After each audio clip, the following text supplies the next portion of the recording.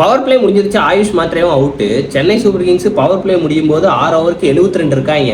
ஆயுஷ் மாத்திரை விட்டு கொளுத்தி விட்டு போயிட்டான், ஆனா அவுட் ஆயிட்டான்.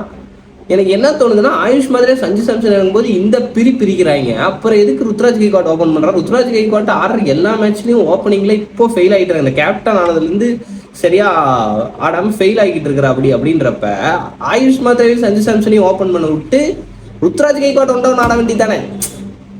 ஒய் ப்ரோ ரொம்ப காம்ப்ளிகேட் பண்ணி அப்படியே நார் அடிக்காம பேசாம ஆயுஷ் மாத்திரையும் சஞ்சு சாம்சனையும் ஓப்பனிங் இறக்கி விட்டுருங்க.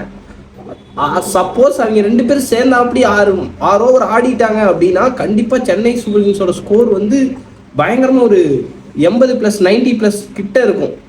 பாக்குறக்கே பயங்கரமா இருக்கும். சப்போஸ் இமீடியட்டா விக்கெட் போச்சுன்னா அங்க ருத்ராஜ் கைக்வாட் இறங்கி வழக்கம் போல மேட்சை ஸ்டேபிள் பண்றதுக்கு ட்ரை பண்ணலாமே.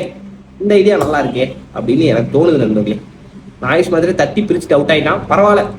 இந்த மாதிரி ஆடிட்டு அவுட் ஆனா கூட பாக்குறதுக்கு நல்லா இருக்கு. அடுத்தடுத்து வர்றவங்க என்ன பண்றாங்கன்னு பார்ப்போம்.